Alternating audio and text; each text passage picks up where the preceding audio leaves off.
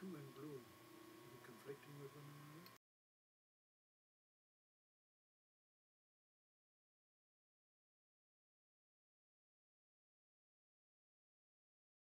So he was lying on the ground screaming and writhing and blood all over the damn place, over his face and everything else. So I took my bandage out of my pocket and I bound the wound up. Then I realised a fool doing that, because I'd used my bandage, which I was supposed to be for my personal use, so I took his out of his pocket and put it back into mine, and I bound him up. I never saw him again. I don't know what happened. From there we walked up the hill and we finished up by St. Martin's Church, which was at the top of the hill. And it so happened that my platoon was put in the front of the complete regiment. Not that I'm telling the story, but that's what happened. And I was on the right hand side, and we overlooked a valley, and at the bottom of the valley was a narrow gauge railway, which I suppose either fed the dockside or a quarry, I don't know what. Well, we were in the field about 200 yards, maybe 300 yards from a big church, quite a big church on the top of the hill, which turned out to be St. Martin's Church. Okay. And we set out. I gave instructions to the men, the platoon, to dig foxholes, which is to dig a pit so that they stand in. And I was thankful that we did this, because in a very short while an aircraft came around, which wasn't one of our own, and it drew a very large white circle of smoke up in the sky. Now, we had never been taught the tactics of artillery people, okay? So I wondered, what the hell, what's he doing up there? Drawing a white circle. Then all of a sudden, and black puffs arrived in the middle of the circle. Then I realised what it was. What he had done was drawn a circle for sighting for the enemy artillery. Enemy artillery? Christ, we just landed. And these black puffs were telling the gunners that that's where they should be shooting at. So now they put in live ammunition, and all hell broke loose. And the earth seemed to be alive around us, digging holes, throwing mounds, and to me, I can best describe it as if that either prehistoric animals are coming up there and whoom, whoom, whoom, hitting the goddamn ground, and because it sounded terrible, it looked terrible, and it was coming at us. How many men were with you at that point? How many platoon, soldiers? 32, about 30 men.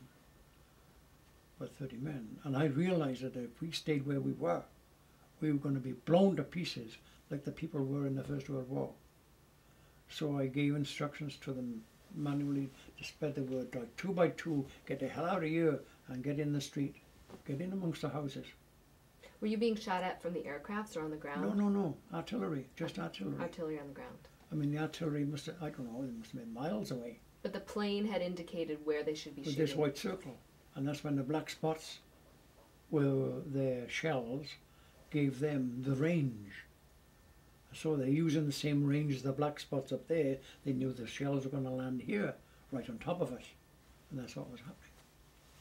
So we got the hell out of it and got behind on the street by this church, by St. Martin's Church. Well, now we were in the streets, or in a street, and I was sitting down on the ground priming more grenades, because now more grenades, and the quartermaster had asked me to prime them and hand them out, and they're a good weapon, because if you throw a grenade, anything around it within 30 feet radius is going to get hit. It's a good weapon, but a dangerous one. But you had men in your platoon that had never used them. Aye. Yeah. So I made sure that I gave them to the platoon people who knew what they were, who I trusted more than others. Okay, I mean, some people, as far as I was concerned, were just numbers. And only a couple of days ago, I written about 14 verses, and it's called A Platoon.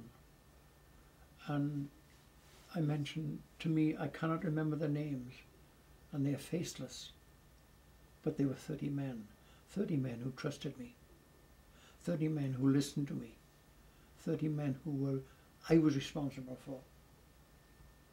And, you know, I think of that.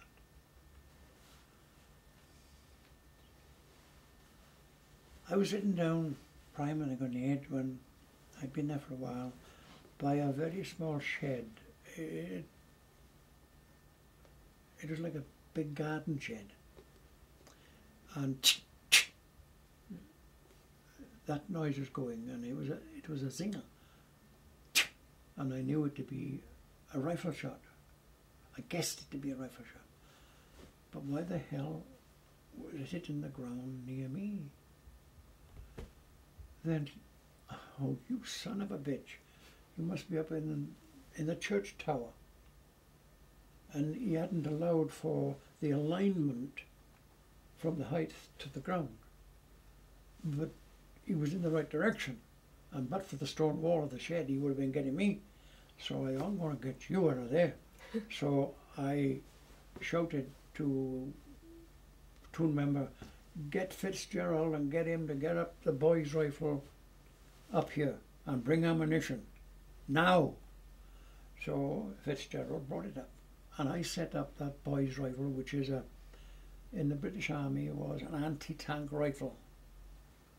It was like a bloody slingshot against Goliath.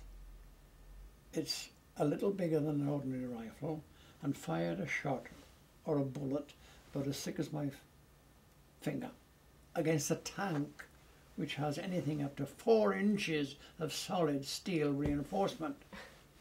That's what we were facing. That's what we had, anti-tank weapons. That's how ill-equipped we were. But as a boy's rifle, it was a hell of a good rifle against stone. And I gave Fitzgerald instruction, you fire at that parapet on that church and keep shooting and shooting and shooting. And make that goddamn rifleman, sniper, keep his head down. And I send in a squad, 5, 6 men, to go into the church and get him, which they did. So that was the end of that.